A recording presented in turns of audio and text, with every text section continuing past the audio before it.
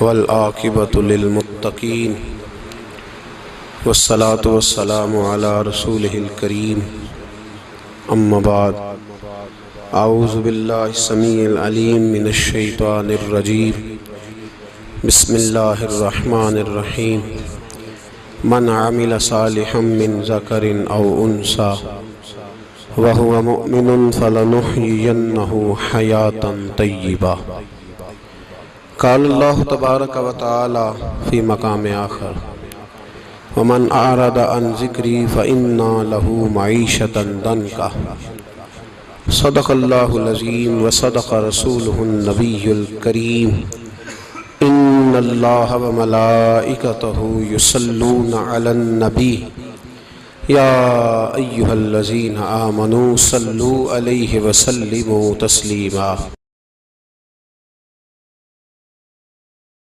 اللہم صلی علی سیدنا و مولانا محمد معدن الجود والکرم وآلہ وصحبہ وبارک وسلم۔ عزیز دوستو، انسانی زندگی اثرات لیتی ہے، اچھے اثر بھی ہوتے ہیں، برے اثر بھی ہوتے ہیں۔ انسان کو موسم کا اثر بھی ہوتا ہے، انسان پر اس کے خاندان کا اثر بھی ہوتا ہے، انسان پر صحبت کا اثر بھی ہوتا ہے۔ بالکل اسی طرح انسان پر اس کی نیکی کا اثر بھی ہوتا ہے اور گناہوں کا اثر بھی ہوتا ہے۔ نیکی دل کو سکون دیتی ہے، گناہ انسان کو پریشان کر دیتے۔ نیکی اللہ کی رحمت کو متوجہ کرتی ہے۔ پھر حالت یہ ہوتی ہے کہ انسان اپنی ان پریشانیوں کا حل کہیں اور ڈھونڈتا پھرتا ہے، حالانکہ جب گناہوں کی بیماری لگے تو اس کی شفا توبہ میں ہوتی ہے، اس کا حل اللہ کے حضور معافی مانگنے میں ہوتا ہے، پہچاننے میں ہوتا ہے کہ مجھ سے کہاں غلطی ہو گئی، کس جگہ جا کے کمزوری میں نے دکھائی۔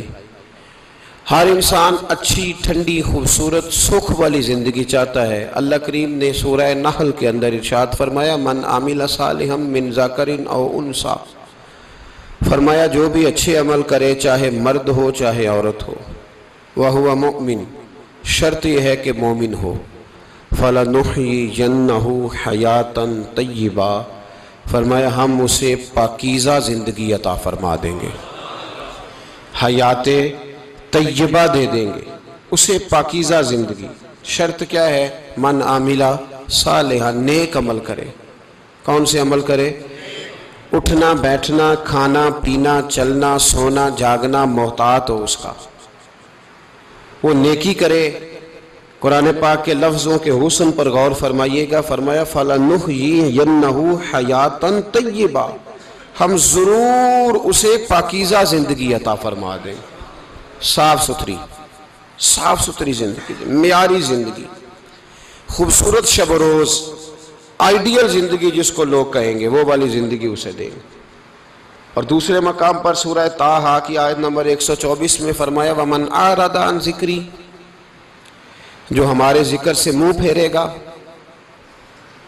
جو ہمارا کھا کے چہرہ کسی اور طرف کرے گا، جو چلے گا ہماری زمین پر لیکن توجہ کسی اور طرف ہوگی، آسمان کی چھت ہماری بنائی ہوئی لیکن اس کے خیالات کہیں اور ہوں گے، فَإِنَّ لَهُ مَعِيشَةً ضَنْكَا، فرمایا ہم اسے تنگ زندگانی عطا کر دیں گے، اس کی زندگی تنگ ہو جائے گی، اس کی معیشت تنگ ہو جائے گی۔ گناہ زندگی کو تنگ کر دیتے ہیں، نیکی زندگی میں آسانی پیدا کرتی ہے۔ آپ کو اگر زندگی میں سکون چاہیے ہو تو آپ کسی غریب کی خدمت کر کے دیکھیں، اللہ کتنا سکون عطا کرتا ہے۔ آپ بڑے پاورفل بھی ہیں، بڑے طاقتور بھی ہیں اور بڑے باوقار بھی ہیں، لیکن کسی کو گالی دے کے آپ کا دل کبھی ٹھنڈا نہیں ہوگا، تکلیف ہوگی، اس کے اندر آزمائش ہوگی۔ ڈاکٹر ریسرچ کرتے ہیں، ڈاکٹر وہ کہتے ہیں گناہ کرنے سے آدمی جسمانی طور پر کمزور ہوتا ہے، لیکن وہی عمل اگر وہ بطور نیکی کرتا ہے تو اللہ اس میں اسے قوت عطا فرماتا ہے، اسی عمل میں اللہ اسے قوت عطا کر دیتا ہے۔ میں صرف اشارہ دے رہا ہوں، اس بات کی تفصیل میں نہیں جانا چاہتا۔ میرے عزیز یہ یاد رکھیں کہ نیکی آپ کو سکون دے گی، نیکی آپ کو ٹھنڈا کرے گی۔ اللہ تبارک و تعالیٰ نے قوموں پہ عذاب نازل کیا، اور قرآن مجید فرقان حمید نے ان قوموں کے تذکرے بیان فرمائے. بھائی کس لیے بیان کیے؟ کہ ہم عبرت حاصل کریں، ہم یہ غور کر لیں کہ یہ کام ہم نے نہیں کرنا، اس کام سے ہم نے بچنا ہے. ہم نے غور کرنا ہے کہ یہ چیز ہمارے اندر. لوگ کہتے ہیں نہیں جی نہیں، ہم پہ یہ عذاب نہیں آئے گا. بالکل نہیں آئے گا، اس میں شک نہیں. پر اللہ نے بیان کس لیے کیا تھا؟ بیان کیا قرآن مجید معاذ اللہ کسی ایسی چیز کا بیان کرتا ہے جس کی ضرورت نہ ہو؟ قرآن پاک نے ایک ایک حرف ایسا بیان کیا جس کی مسلمان کو ضرورت تھی. قوم نوح کا ذکر فرمایا قرآن پاک نے. حضرت نوح علیہ السلام کی قوم کو حضرت نوح علیہ السلام نے 1500 سال سمجھایا ہے. 15، کچھ لوگوں نے 950 سال لکھا ہے نا، اعلیٰ حضرت نے لکھا ہے 1500 سال عمر ہوئی حضرت نوح علیہ السلام کی. اللہ تعالیٰ بندے کو جلدی سزا نہیں دیتا، بلکہ قرآن مجید میں ایک جگہ رب کریم اس طرح بھی فرماتا ہے کہ جب بندے مجھے بھول جاتے ہیں تو میں ان کے لیے نعمتوں کے دروازے کھول دیتا ہوں. بندہ سمجھتا ہے کہ میں کچھ تو ہے نا کہ میرے اندر کہ میں جدھر جاتا ہوں خیر ہی خیر ہو جاتی ہے. وہ سمجھتا ہے کہ میری عقل ہے، حالانکہ اللہ اسے ڈھیل دیتا ہے. اللہ اسے ڈھیل دیتا ہے. گناہوں کی سزا کے 3 طریقے ہیں. ایک ہے متنبع کرنا، تنبیہ کرتا ہے اللہ، بندہ متنبع ہو جاتا ہے، یہ اللہ کا بہت بڑا احسان ہوتا ہے. ایک ہوتا ہے مہلت دینا، اور ایک تیسرا ہوتا ہے اللہ خفیہ تدبیر کرتا ہے. تھوڑا سا سمجھیے گا، انسان پر کوئی آزمائش آئی، فوراً اس کی چھٹی اس نے کہا کہ وہ فلان جگہ غلطی کی تھی تب ایسا ہوا ہے. ہوتا ہے نا کئی دفعہ آواز آتی ہے نا اندر سے، چلیں بول دیں کچھ نہیں ہوتا آپ کو. اللہ جانتا ہے یہاں کوئی کچھ نہیں کہے گا آپ کو. اور ہماری تو ویڈیو بھی نہیں گھومتی، یعنی خبر بھی نہیں ہو کہ کس نے ہاں کر دی کس نے نہ کر دی. آپ بغیر ٹینشن کے بات چیت کریں، آج کچھ نہیں ہوتا ہے انشاءاللہ تعالی. آتی ہے اندر سے آواز. میں آپ سے اس لیے ان چیزوں کی تصدیق کراتا ہوں کہ باقیوں کو بھی آتی ہے کہ نہیں، اس لیے تصدیق. کبھی کوئی کسی جگہ انسان پریشان ہوتا ہے تو محسوس کرتا ہے کہ وہاں مجھ سے ہوتا ہے نا جی. جس کو یہ نصیب ہو جائے بڑا خوش نصیب آدمی ہے. حضرت مولا علی فرماتے ہیں اگر تجھے دنیا میں سزا مل گئی تو بچ گیا ہے، سمجھ پھر اللہ کرم کرے گا، آخرت میں سزا نہیں دے گا. اور یہ یاد رکھ لے، وما اصابکم من مصیبت فبما کسبت ایدیکم ویعفو عن کثیر. اللہ فرماتا ہے دنیا میں تجھے جو بھی تکلیف پہنچتی ہے وہ تیرے ہاتھوں کے کرتوتوں کی وجہ سے پہنچتی. ویعفو عن کثیر، فرمایا کثیر گناہ تو میں ویسے ہی معاف کر دیتا ہوں. یہ جو تیری زندگی میں دکھ ہے نا، یہ بھی میری قلیل سزائیں ہیں. یہ کثیر پر سزا، یہ قلیل ہے. قلیل یہ جو تمہاری زندگی میں تکلیفیں. انسان کو سزا ملتی.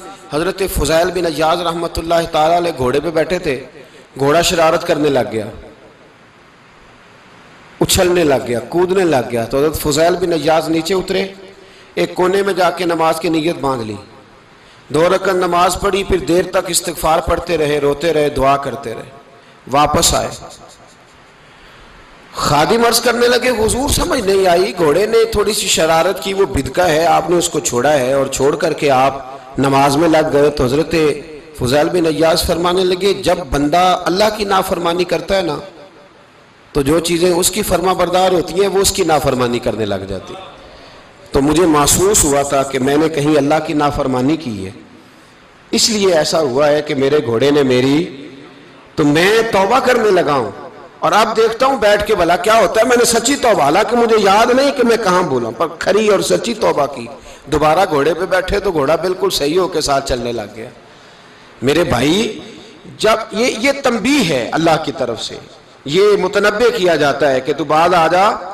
بہت ساری جگہوں پہ انسان کو وقتی طور پر اگر سزا مل جائے، نبی پاک علیہ السلام کی خدمت میں ایک صحابی آئے. بات مضبوط کر دوں، واقعہ سنایا ہے نا تو کچھ لوگ سمجھتے ہیں کہ یہ واقعہ ہے، تو میں ایک حدیث پاک امام بہقی کی لکھی ہوئی عرض کرتا ہوں.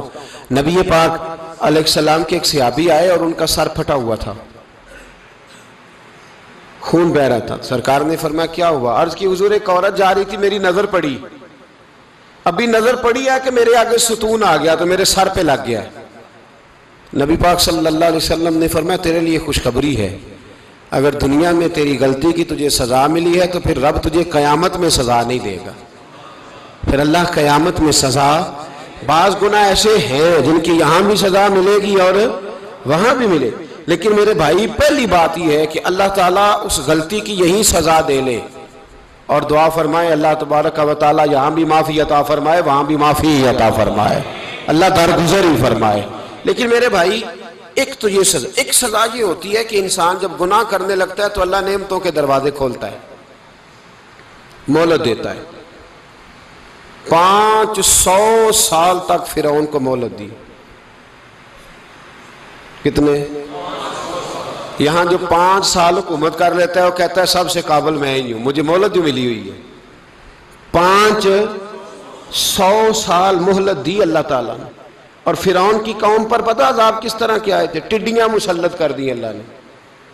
یہ گھومتی نہیں چھوٹی سی، ہم اپنی زبان میں اس کو کچھ لوگ مختلف ناموں سے یاد کرتے ہیں، کوئی مکڑی کہتا ہے، کوئی کچھ کہتا ہے، مسلط کر دی، جاتی نہیں۔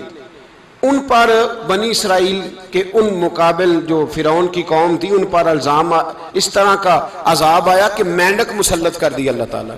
برتن کھولتے تھے اندر مینڈک نکلتا تھا، دنیا کی ہر دوائی استعمال کرتے تھے لیکن مینڈک نکل آتا تھا۔ تھوڑا سا سمجھا کریں چیزوں کو، ہمارے رنگ نہیں زیادہ گورے کہ ہم پر عذاب نہیں آتا، کوئی بہت زیادہ اللہ تعالیٰ معاف فرمائے دولت نہیں جمع کرا بیٹھے شاہی خزانے میں کہ ہم سے پوچھا نہیں جائے گا۔ یہ مہلت ہے، مہلت کو مہلت سمجھو۔ پھر جب پکڑ آتی ہے نا اللہ کریم کی، میں نے دیکھا ہے کروڑوں روپیہ، 6 اولادیں، ایک شخص کے بچے باہر سے آ رہے تھے، وہ بندہ بیمار تھا، مجھے کہنے لگا حضرت جی دعا کریں میں ان کے آنے سے پہلے مر جاؤں ورنہ آ کے مجھے مار دیں گے، دعا کریں۔ اتنی بے سکونی، کروڑوں روپیہ پڑا ہے تو یہ عذاب نہیں؟ کوئی ضروری ہے کہ پتھر ہی برسیں گے تو سمجھ آئے گی؟ یہ جو سگا بیٹا بوڑھے باپ کے قریب سے گزر جاتا ہے سلام نہیں لیتا تو اس کو عذاب نہیں سمجھتے؟ یہ جو امت کی بیٹیاں، امت کی بچیاں، ہماری بچیاں ایک سال کے اندر 75,000 ہزار بچی ایک ڈویژن سے بھاگ کے شادی کر رہی ہے، اور ایک صوبے سے، تو اس کو آپ اللہ کا عذاب نہیں سمجھتے؟ یہ معمولی بات ہے؟ نہیں ہمارے رنگ ہو رہے ہیں، ہم بڑے سمارٹ ہیں۔ 1500 سال مہلت دی نوح علیہ السلام کی قوم کو۔ کتنے سال؟ بول کے بتائیے، بول کے دوبارہ بولیے۔ 1500 سال۔ کوئی آدمی اپنی سمارٹنس پہ خوش نہ ہو جائے کہ 20 سال ہو گئے میں تو نافرمانی بھی کر رہا ہوں، روٹی بھی پک رہی ہے، میں تو حرام بھی کھا رہا ہوں، پھر بھی سب ٹھیک ہے۔ 1500 سال مہلت دی۔ پھر حضرت نوح کہنے لگے اللہ میں نے تو بڑا سمجھایا، نہیں باز آتے۔ تو رب کریم نے فرمایا کشتی بناؤ۔ اللہ کے پیغمبر کشتی بنانے لگے تو قوم مذاق اڑانے لگ گئی۔ اب کیا کرنے لگے ہو؟ اب کشتی بنانے لگے ہو، خیر تو ہے، قوم مذاق اڑا رہی ہے۔ حضرت نوح علیہ السلام کا آپ نے کشتی بنائی، پانی کہاں سے نکلا؟ نہ بارشیں ہوئی نہ سیلاب آئے، ایک تندور تھا اس کے اندر سے پانی نکلنا شروع ہو گیا۔ کبھی تندور سے بھی پانی نکلا ہے، پر جب نکالنے والا چاہتا ہے تو وہاں سے بھی ایک تندور سے پانی نکلا۔ اتنا نکلا، اتنا نکلا، اتنا نکلا کہ قوم ساری ڈوب گئی۔ قرآن مجید کے صفحات شہادت دیں گے کہ حضرت نوح کی قوم کا بچہ بہ گیا، بچے صرف وہ تھے جو حضرت نوح کے ساتھ ہو گئے، تباہ ہو گئی۔ اللہ بے نیاز ہے، بے نیاز۔ 1500 سال مہلت ملے اور تو پھر بھی کہے رب بڑا کریم ہے معاف کر دے گا۔ 1500 سال تجھے گنجائش دے اور تو کہے کوئی نہیں، بات معافی ملنی چاہیے ابھی بھی۔ میرے بھائی حضرت صالح علیہ السلام کی قوم، حضرت صالح نے تبلیغ شروع کی تو کہنے لگے پہلے معجزہ دکھاؤ۔ جی آج تو نہیں نا لوگ معجزے مانگتے ہیں، آج بھی لوگ کرامتیں اور معجزے، اللہ معاف کرے جو چیزیں معجزہ تو ہو نہیں نہ سکتا، لیکن آج بھی لوگ، آپ یقین کریں، کہتے ہیں یہ بڑی نمازیں پڑھتا ہے تو پھر بخشا کیوں نہیں گیا، پھر کیوں نہیں منو سلوا کیوں نہیں اترا اس پر، پھر میں بھی اسی طرح ہی ہوں، کیا اس کے اندر خوبی آ گئی؟ مولوی بھی ویسے ہی ہے، صوفی بھی ویسے ہی ہے، لوگ مانگ نہیں رہے، لوگ دلیلیں مانگ نہیں رہے، ابھی بھی لوگ بحث نہیں کرتے، کیا فرق آ گیا جی؟ ویسے ہی ہیں سارے۔ اللہ تعالیٰ سے ڈرنا چاہیے۔